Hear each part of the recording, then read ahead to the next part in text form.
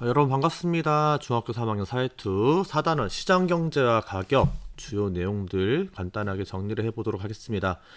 4단원의 핵심적인 개념은 수요와 공급 두 가지로 이야기를 할 수 있어요. 그래서 공부를 할 때도 수요와 수요량, 공급과 공급량, 그러면서 이제 수요와 공급 함수가 어떤 경우에 움직이는지, 그러면서 균형 가격과 거래량이 어떻게 바뀌는지, 이런 내용들을 주로 여러분들이 공부하면은 좋겠습니다. 먼저 수요 공급 얘기를 하기 전에 시장 얘기를 먼저 좀 해볼게요. 시장이란 물건을 사고 파는 사람이 자발적으로 만나서 거래를 진행하는 장소다라고 이야기를 했는데요. 우리 교과서에서는 시장의 유형이 보이는 시장, 보이지 않는 시장, 생산물 시장, 생산요소 시장 이런 여러 가지가 있다고 얘기를 했는데, 보이는 시장과 보이지 않는 시장의 구분은 그렇게 의미가 없다고 말씀을 드렸습니다. 그리고 생산물 시장과 생산요소 시장은 우리가 이 앞 주제에서 살펴봤던 경제활동 순환 모형과 내용이 깊게 연관이 되어 있기 때문에 지금 여기선 이야기를 하지 않을 거고요. 시장의 주요 기능의 거래 비용이 절감이 된다, 아니면 분업이 나온다, 이런 여러 가지 내용들은 여러분들이 잘 알고 있을 거기 때문에 간단하게 넘어가겠습니다. 시장에서 거래가 이루어지며 이때 수요자와 공급자라는 두 주인공이 만나서 거래를 만들어낸다. 이 개념이 중요하니까요. 시장이 어떤 공간인지를 이해하는 것들, 이런 것들이 잘 되어 있는지 한번 체크를 해보면 좋을 것 같습니다. 이제 조금 그래프를 보면서 이야기를 할 건데요. 먼저 수요 법칙 얘기를 좀 해볼게요. 우리가 함수 얘기할 때 X축과 Y축에 있는 변수를 반드시 잘 확인해야 된다 이야기를 했었는데요. 경제에서는 일반적으로 Y축에 가격 변수를 놓고 X축에 수요량 변수를 넣는다고 얘기를 했었습니다. 그 내용이 아마 기억이 날 거예요. Y축의 가격, X축의 수요량. 그러면서 여러분들이 수학 시간은 분명히 X축이 원인 변수고 Y축이 결과 변수라고 얘기를 했을 건데요.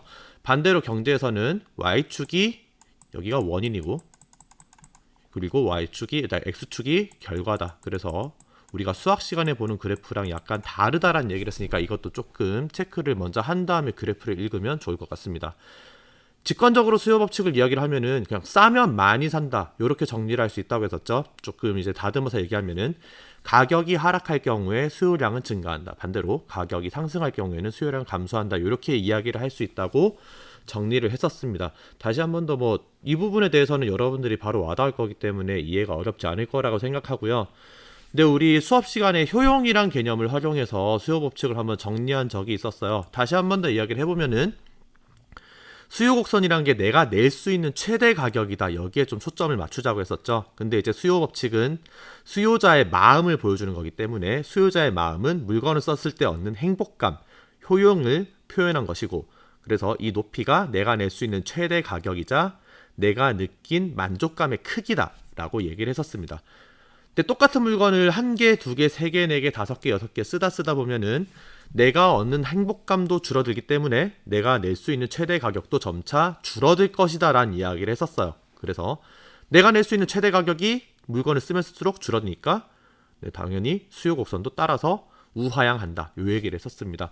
수요 법칙에서는 다시 한번 말씀드린 것처럼 요 높이에 대한 이야기를 앞으로 여러분들이 공부하면서 계속해서 사용할 거니까 요 높이에 대한 이야기를 조금 더 했으면 좋겠고요. 그 다음에 수요 법칙 개념 자체가 가격과 량이라는 두 가지 변수로 되었기 때문에 특정한 가격 수준에서 나오는 수요량, 특정한 가격 수준에 나오는 수요량, 요 개념들을 조금 공부를 했으면 좋겠습니다. 다음으로 공급 법칙 이야기를 또 해볼게요. 직관적으로는 이것도 마찬가지로 쉽게 이해를 할 수 있다고 했었죠. 우리가 판매자 입장이라면은 당연히 가격이 싸면 팔기 싫고 가격이 비싸면 많이 팔고 싶을 것이다. 요거를 조금 예쁘게 얘기를 하면 가격이 하락할 경우에 공급량이 감소한다, 반대로 가격이 상승할 경우에는 공급량이 증가할 수 있다, 이렇게 정리를 할 수 있다고 했었습니다. 요것도 조금 어렵게 높이 개념을 가지고, 함수의 높이 개념을 가지고 얘기하면 생산 비용 개념을 가지고 얘기를 할 수 있다고 했었어요. 요 함수의 높이가 우리가 받아야 되는 최소한의 가격이라고 얘기를 했을 때, 요만큼이 최소한의 가격이라면은 생산자가 받아야 될 최소한의 가격이 곧 생산 비용, 본전을 찾을 수 있는 돈이라는 걸 이야기를 하는 거니까, 그 생산자들을 쭉 줄을 세워보면은 잘 만드는 사람은 조금만 받아도 되고 못 만드는 사람은 많이 받아야 되고, 이거를 시장 전체에서 줄을 쭉 세우면은 뒤로 가면 갈수록 받아야 될 돈이 점차 늘어나기 때문에 공급 곡선도 뒤로 가면은 상향하는 우상향의 모습을 보인다, 이 얘기를 했었습니다. 공급 법칙 같은 경우에는 잘 와닿진 않을 거예요. 여러분들이 공급자의 위치에 있어 본 경험이 거의 없기 때문에 공급 법칙을 직관적으로 이해하는 요 정도만 돼도 충분히 될 거라고 생각을 합니다. 생산자의 마음에서 싸면 안 팔고 싶다, 비싸면 많이 팔고 싶다. 요 정도만 정리를 해도 공부한 데는 큰 무리가 없을 것이라고 생각합니다. 혹시 가능하면 생산비용 개념도 적용할 수 있으면 좋을 것 같아요. 자, 그 다음에 선생님이 여러분들하고 수업하면서 되게 강조했던 부분이 곡선상의 이동과 곡선의 이동을 반드시 구분을 하라고 했었죠. 조금 더 이제 다른 얘기를 하면 수요량의 이동과 수요량 변동과 수요의 변동, 아니면은 공급량의 변동과 공급의 변동을 비교하라고 했었는데요. 이거는 이제 우리가 용어상에서 굉장히 통일을 하고 사용이 중요하기 때문에 얘기를 했었습니다. 양 개념 자체가 가격 변수의 변화에 따른 수량의 변화이기 때문에 가격이 1,000원에서 5개다 아니면 500원에서 10개다 이렇게 변하는 거는 함수상에서 이동하는 수요 곡선상의 이동, 이게 수요량의 이동이 된다고 얘기를 했었고요. 반대로 똑같은 가격에서도 내가 5개 사던 게 10개 샀다. 그럼 가격 변수가 바뀌지 않은 상태에서 내 마음이 바뀌었다. 기 때문에 다른 변수가 바뀌어서 새로운 함수를 만들었다. 이 경우에는 곡선의 이동, 수요의 변화 혹은 공급의 변화, 이렇게 표현을 한다고 했었습니다. 전혀 중요하지 않은 내용이라고 생각할 수도 있고 국어상으로 봤을 때는 별 차이가 없기는 하지만요. 우리가 경제에서 얘기하는 여러 가지 약속이라고 생각한다면 되게 중요한 부분이 될 수 있습니다. 그래서 곡선상에서 이동한다는 개념은 가격 변수가 변했을 때 수량이 변화한다. 이 부분 다시 한 번 더 체크를 하셔야 되고요. 반대로 똑같은 가격 수준에서도 수량이 늘어난다는 얘기는 뭔가 가격 말고 다른 조건이 바뀌었기 때문이다. 뭐 유행을 탄다, 아니면은 내가 갑자기 용돈이 많아졌다. 그래서 똑같은 가격에 더 살 수 있다. 이런 식으로 다른 변수가 바뀌었다. 이런 부분들을 이해를 하신다면은 곡선상의 이동과 곡선의 이동이 뭐 수학적으로 그렇게 어렵게 보이지는 않을 겁니다. 이 부분 좀 체크를 하면 좋을 것 같아요. 다음으로 균형 가격 개념 얘기를 했었는데요. 균형 가격 얘기가 나온다면 반드시 초과 공급과 초과 수요라는 두 가지 개념이 나올 수밖에 없어요. 초과 공급 개념은 말 그대로 수요에 비해서 공급이 큰 상황, 반대로 초과 수요 상태는 공급에 비해서 수요가 큰 상황이다 라고 얘기를 했었고요. 초과 공급과 초과 수요 상황에서 어떻게 변화될지 역시 여러분들이 평소에 보던 것들 생각하면 될 겁니다. 초과 공급 상황에서는 공급자가 당연히 팔고 싶으니까 공급자끼리 경쟁을 하게 될 거고요. 경쟁의 결과로 공급자들이 다 싸게 팔다 보니까 가격이 하락하게 될 것이다. 이렇게 간단하게 정리를 할 수 있고요. 반대로 초과 수요인 상황에서는 수요자들이 물건들을 원하는 것들이 많기 때문에 수요자들 간에 웃돈을 주겠다고 경쟁을 한다, 이런 얘기를 했었습니다. 그러다 보니까 가격이 마음대로 상승하게 된다. 그 부분이 어디까지 왔다 갔다 하게 되냐면은 두 지점이 만나게 되는 여기 균형점에서까지 계속해서 이동을 왔다 갔다 하게 되다가 균형점에 딱 도달하는 순간 더 이상 가격과 거래량은 바뀌지 않는다. 이게 균형 가격과 균형 거래량 개념이다. 수업 시간에 이야기를 했었습니다. 너무 그래프에 뭐 두 가지 증가함수와 감소함수가 만나서 교점을 만드는데 이런 너무 수학적인 개념에 너무 어렵게 생각하지 말고요. 우리가 일반적으로 시장이나 아니면 인터넷에서 여러 거래를 할 때 만나게 되는 그런 모습들을 직관적으로 상상하면 그냥 이해가 잘 될 것 같습니다. 이 부분을 조금 더 정리하면 좋을 것 같아요. 다음으로 수요 함수와 공급 함수가 이동했을 때 시장 상황이 어떻게 바뀐다 얘기를 했었는데요. 일단 함수 모습만 보면은 수요 함수가 오른쪽으로, 그러니까 수요가 증가하는 상황이 된다면은 교점이 가격과 거래량이 모두 증가하는 모습을 보인다. 이렇게 얘기를 했었고요. 반대로 수요 함수가 왼쪽으로 감소하는 모습을 보이면은 가격도 떨어지고 거래량도 떨어지는 모습을 보인다고 했었습니다. 수요 증가의 원인과 수요 감소의 원인을 기계적으로 외우는 짓은 하지 말라고 말씀을 드렸습니다. 이게 되게 여러분들이 힘들게 할 거기 때문에 그렇게 하지 말고요. 수요가 증가하다. 소득이 증가했을 때 왜 수요가 증가할까? 소득이 증가하면 용돈이 많아지니까 똑같은 가격에도 더 많은 물건을 살 수 있겠네. 인구가 증가하면 똑같은 상황에서도 더 많은 사람이 사니까 수요가 증가할 수 있겠네. 이렇게 논리적으로 이해를 하고 해석하는 게 훨씬 더 중요하다고 말씀을 드렸었습니다. 외우려고 노력하시지 말고요. 이게 어떻게 연결이 되는지 조금 더 이해하는 것만으로도 여러분의 공부가 충분할 거라고 선생님 생각하니까요. 다시 한번 정리를 하셨으면 좋겠습니다. 반대로 공급 함수 볼게요. 공급 함수의 경우도 마찬가지예요. 공급이 증가하는 경우, 그러면 공급 곡선이 오른쪽으로 이동을 하겠죠. 이동하면은 거래량은 늘어나며 동시에 가격 수준은 떨어지는 모습을 보이고요. 반대로 공급이 감소하는 경우에는 왼쪽으로 가겠죠. 왼쪽으로 가면은 거래량은 감소하면서 시장 가격은 상승하는 모습을 보인다. 그림만 그려봐도 충분히 이해가 될 수 있으니까 공급 곡선도 이동시켜보면서 한번 그림을 그리면서 연습하면 좋을 것 같고요.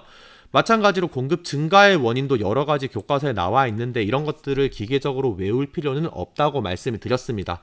뭐 예를 들어서 생산요소 가격이 하락했다. 그러면 똑같은 가격에서도 생산 가격이 싸지니까 더 많이 만들 수 있다. 이런 식으로 조금 논리적으로 공부를 한 다음에 데이터가 나오면 그 데이터를 해석하는 정도로만 공부를 해도 충분하다고 얘기를 했었으니까요. 그 부분을 조금 더 연습을 하셨으면 좋겠어요. 여러분들이 조금 연습하는 데 도움이 될까 싶어서 현실에서 있었던 사례를 가져왔어요. 작년 2월 25일에 나왔던 자료와 작년 4월 21일에 나왔던 자료입니다. 수업 시간에도 간단히 말씀을 드렸었는데 이제 기사를 가지고 한 번 더 볼게요. 2월 25일에 어떤 기사가 나왔었냐면은 마스크가 없어서 가격이 폭등한다. 그러니까 가격 폭등 대란 얘기가 나왔는데 이때 말씀드렸던 것처럼 KF94 마스크가 거의 한 3,000원 이상까지 거래가 됐었거든요. 근데 이런 것들이 이제 4월 22일이 되니까 거의 하나에 뭐 1,000원, 2,000원, 뭐 한 2,000원 초반 싸면 800원 요렇게까지 판매됐다라는 얘기를 드렸습니다. 이거를 우리 한번 곡선으로 보면요. 나 처음에는 분명히 공급 곡선이 있는 상황에서 중국으로 많이 마스크가 빠져나가니까 공급 곡선이 왼쪽으로 이동을 했다고 말씀드렸습니다. 그러다 보니까 균형점이 왼쪽으로 올라가면서 가격도 상승하고 거래량은 하락하는 모습을 보였다가 이게 돈이 된다는 소식들을 사람이 듣다 보니까 엄청나게 많이 마스크 공장이 생겼다고 했었죠. 그러면서 공급 곡선 자체가 오른쪽으로 이동하면서 다시 곡선이 이렇게 이동하니까 거래량도 어마무시하게 늘어나고 가격은 엄청나게 떨어져서 현재의 상황이 발생했다라고 생각을 할 수 있겠죠. 뭐 멀리 갈 필요 없이 여러분들도 대부분이 마스크를 돈 주고 산 적이 없다고 이야기를 했었다는 거는 그만큼 지금 마스크가 많이 풀려 있고 가격이 많이 떨어져 있다. 이런 것들을 한번 직접 현실에서도 볼 수 있다 말씀을 드렸으니까요.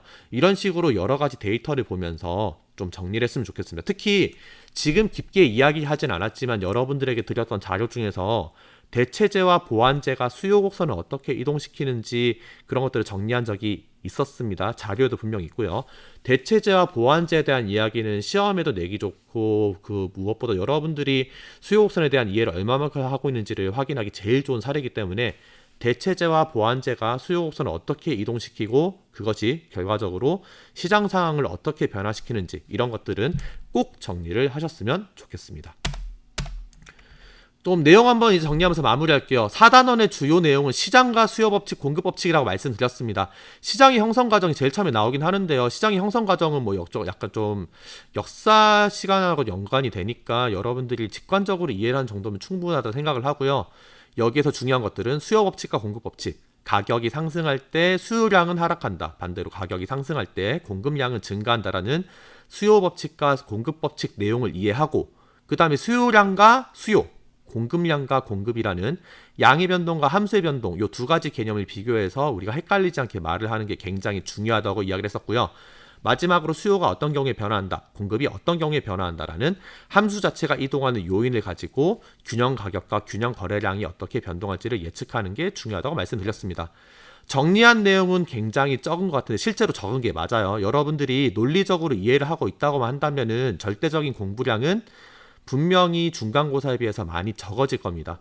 그럼 여러분들이 확인하셔야 될 거는 내가 얼마나 논리적으로 잘 이해를 하고 이런 것들을 적용할 수 있느냐라는 부분이고요. 암기에 관련한 부분들에 너무 스트레스 받기보다는 논리적으로 잘 이해를 하고 있는지를 위주로 점검을 하셨으면 좋겠습니다.